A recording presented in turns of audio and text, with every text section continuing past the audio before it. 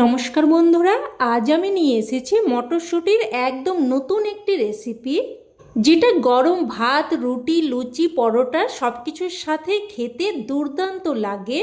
আর সব থেকে বড় ব্যাপার হলো এটা কিন্তু একদমই অল্প তেল মশলায় আর বাড়িতে থাকা সাধারণ কিছু উপকরণ দিয়ে তৈরি হয়ে যায়। আর এখন কিন্তু বাজারে প্রচুর পরিমাণে মটরশুঁটি পাওয়া যাচ্ছে আর দামও কিন্তু সস্তা। তাই এই সিজনে মটরশুঁটির এই রেসিপি কিন্তু একদমই মিস করবেন না। তো রান্নাটা তৈরি করার জন্য প্রথমেই আমি এখানে প্রায় 500 গ্রাম মতো মটরশুঁটি ছাড়িয়ে বেশ ভালোভাবে ধুয়ে নিয়েছি। এবার আমি এখানে নিয়েছি 1 আঁটি মতো ধনেপাতা। তো ধনেপাতাগুলোকে খুব ভালোভাবে ধুয়ে নিয়েছি। তারপর দেখুন ধনেপাতাগুলোকে কেটে নিচ্ছি। তো ধনেপাতার একদম মোটা ডাঁটার মতো অংশগুলো কেটে বাদ দিয়ে দিচ্ছি। আর বাকি অংশটা দেখুন পুরোটাই আমি কেটে নিয়েছি। তো সমস্ত ধনেপাতাগুলো কেটে নিয়ে এবার একটা পাত্রের মধ্যে আমি উঠিয়ে রাখছি। এবার গ্যাস অন করে কড়াই বসিয়ে এখানে দিয়ে দিলাম একদমই অল্প একটু সর্ষের তেল, প্রায় ছোট চামচের 2 চামচ মতো। তেলটাকে খুব ভালোভাবে গরম করে নেব। তো তেল ভালোভাবে গরম হয়ে আসলে এবার এর মধ্যে দিয়ে দিলাম আলু। এখানে দেখুন আমি দুটো মিডিয়াম সাইজের আলুকে এইভাবে ছোট ছোট টুকরো করে দিয়েছি। এবার এর মধ্যে দিয়ে দিলাম অল্প একটু লবণ আর অল্প একটু হলুদ গুঁড়ো। লবণ আর হলুদ গুঁড়োটা দিয়ে ভালোভাবে মিশিয়ে নিয়ে এবার মিডিয়াম ফ্লেমে একটা ঢাকনা দিয়ে আলুগুলোকে প্রায় 3 থেকে 4 মিনিট মতো ভেজে নেব। আর এই সময় আমি একটা মশলা তৈরি করে নেব। তো একটা মিক্সিং জারের মধ্যে নিয়ে নিচ্ছি 1/2 চামচ মতো গোটা ধনে, 1/2 চামচ মতো গোটা জিরে, আর নিয়ে নিচ্ছি 10-12টার মতো গোলমরিচ। প্রথমে এগুলোকে একবার একটু ঘুরিয়ে নেব। তো মিক্সিং জারটা দেখুন আমি একবার ঘুরিয়ে নিয়েছি। এবার এখানে দিয়ে দিচ্ছি প্রায় 7-8 কোয়া মতো রসুন আর একটা ছোট্ট সাইজের কুচানো পেঁয়াজ। এখানে কিন্তু পেঁয়াজের পরিমাণের থেকে রসুনের পরিমাণটা বেশি দিতে হবে, এটা খেয়াল রাখবেন।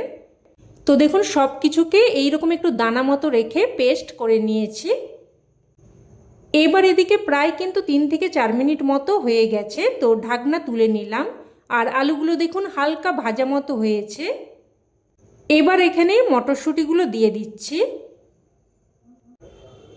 তো আমি এখানে দেখুন সবগুলো মটরশুঁটি দিলাম না, অল্প কিছু মটরশুঁটি রেখে দিলাম। মটরশুঁটিগুলো দিয়ে ভালোভাবে মিশিয়ে নিয়ে এবার মিডিয়াম ফ্লেমে আলু আর মটরশুঁটিটাকে আবারও প্রায় 2 মিনিট মতো ভেজে নেব। মটরশুঁটিগুলো দিয়ে খুব বেশিক্ষণ কিন্তু ভাজার দরকার নেই। এবার আমি এখানে আবারও মিক্সিং জার নিয়ে নিয়েছি আর যে ধনেপাতাগুলো আমি কেটে রেখেছিলাম তার থেকে দেখুন অনেকটাই ধনেপাতা দিয়ে দিচ্ছি। আর অল্প কিছু ধনেপাতা আমি এখানে রেখে দিয়েছি। আর যে মটরশুঁটিগুলো আমি রেখে দিয়েছিলাম ওই মটরশুঁটিগুলো দেখুন এখানে দিয়ে দিচ্ছি।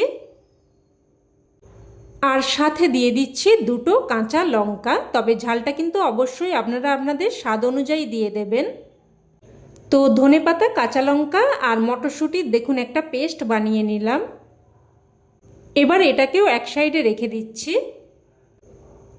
এবার এদিকে কিন্তু প্রায় 2 থেকে 3 মিনিট মতো আমি আলু আর মটরশুঁটিটাকে ভেজে নিয়েছি।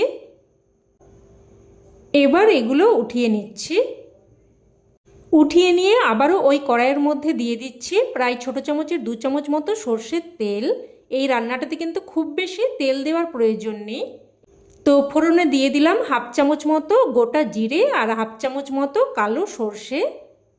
জিরে আর সর্ষেটাকে ফুটতে দিলাম। ফুটে আসলে এর মধ্যে একটা শুকনো লঙ্কা 2 টুকরো করে দিয়ে দিয়েছি। এবার এই ফোড়নটাকে কয়েক সেকেন্ড নাড়াচাড়া করে ভেজে নিলাম। ভেজে নিয়ে এবার যে রসুন, পেঁয়াজ, গোটা জিরে, গোটা ধনের যে দানা মতো করে পেস্টটা আমি করে রেখেছিলাম ওটা দিয়ে দিলাম। আর সাথে যে ধনেপাতাগুলো রেখে দিয়েছিলাম ওইটাও দিয়ে দিলাম। এবার এই সমস্ত মশলাগুলোকে কিছুক্ষণ নাড়াচাড়া করে ভেজে নেব। বন্ধুরা, আপনারা তো অনেক রকমভাবেই মটরশুঁটি রান্না করে খেয়েছেন। তো এইভাবে যদি কোনো দিন বানিয়ে না থাকেন অবশ্যই এইভাবে একবার বানিয়ে দেখবেন, খেতে অসম্ভব টেস্টি হয়। তো দেখুন মশলাটা ভেজে নিয়ে এবার এর মধ্যে আমি দিয়ে দিয়েছি একটা মিডিয়াম সাইজের কুচানো টমেটো। আর টমেটোটা দিয়েও নেড়েচেড়ে আবারও একটুক্ষণ ভেজে নিলাম। ভেজে নিয়ে এবার যে ধনেপাতা আর মটরশুঁটি, কাঁচা লঙ্কার পেস্ট করে রেখেছিলাম ওটা দিয়ে দিলাম। বাটিটা ধুয়ে অল্প একটু জলও দিয়ে দিলাম। এবার এর মধ্যে দিয়ে দিলাম স্বাদ অনুযায়ী লবণ, অল্প একটু হলুদ গুঁড়ো আর অল্প একটু লঙ্কার গুঁড়ো। প্রায় 1-3 চামচ মতো করে হলুদ গুঁড়ো আর লঙ্কার গুঁড়ো দিয়েছি।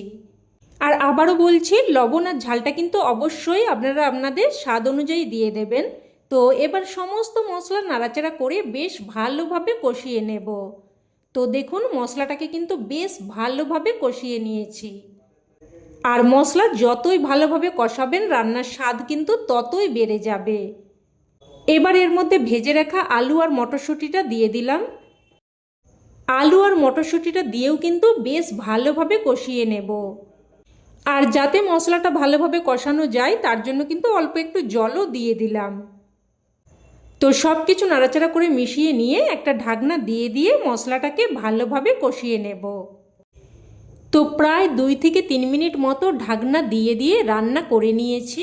দেখুন আলু আর মটরশুঁটিটাকে মশলার সাথে বেশ কিন্তু ভালোভাবে কষিয়ে নিয়েছি। এবার এর মধ্যে আমি দিয়ে দিচ্ছি 1 বাটি মতো গরম জল। তবে আপনারা গ্রেভিটা যেমন রাখতে চাইবেন সেই অনুযায়ী জলটা দিয়ে দেবেন। তো জলটা দিয়ে ভালোভাবে মিশিয়ে নিয়ে এবার এই ঝোলটাকে ফুটতে দেব। তো প্রথমে হাই ফ্লেমে ফুটিয়ে নেব। ঝোল ফুটে আসলে এবার গ্যাসের ফ্লেমটাকে মিডিয়ামে করে একটা ঢাকনা দিয়ে আবারও কিন্তু প্রায় 4-5 মিনিট মতো রান্না করে নেব, যাতে করে আলু আর মটরশুঁটি ভালোভাবে সেদ্ধ হয়ে যায়। প্রায় 4-5 মিনিট মতো রান্না করে নিয়ে ঢাকনা তুলে নিলাম। এবার দেখে নেব আলু ভালোভাবে সেদ্ধ হয়েছে কিনা। তো দেখুন আলু কিন্তু বেশ ভালো মতো সেদ্ধ হয়ে গেছে। আর মটরশুঁটি সেদ্ধ হতে কিন্তু একদমই বেশি সময় লাগে না। এবার এর মধ্যে দিয়ে দিচ্ছি 1/2 চামচ মতো আমচুর পাউডার। তবে আপনারা আমচুর পাউডারের পরিবর্তে কিন্তু এখানে অল্প একটু পাতিলেবুর রসও দিয়ে দিতে পারেন। তবে লেবুর রস বা আমচুর পাউডার যে কোনো একটা কিন্তু অবশ্যই দিয়ে দেবেন, তাতে করে রান্নাটা খেতে বেশ মুখরোচক হবে।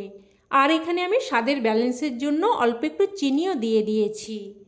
তো আমচুর পাউডার আর চিনিটা দিয়ে ভালোভাবে মিশিয়ে নিয়ে এবার গ্যাসের ফ্লেম বন্ধ করে একটা ঢাকনা দিয়ে স্ট্যান্ডিং টাইমে রেখে দিলেই রান্না কিন্তু একদম তৈরি। এবার এটা গরম ভাত, রুটি, লুচি, পরোটা যে কোনো কিছুর সাথেই পরিবেশন করতে পারেন। খেতে এক কথায় অসাধারণ লাগে। মটরশুঁটির সিজন শেষ হওয়ার আগে অবশ্যই কিন্তু এইভাবে একবার বানিয়ে ফেলুন। সকলেই খেয়ে খুবই প্রশংসা করবে। তো বন্ধুরা, আজকের রেসিপি আপনাদের কেমন লাগলো অবশ্যই কমেন্টে জানাবেন। আর ভালো লেগে থাকলে লাইক শেয়ার করতে যেন ভুলবেন না।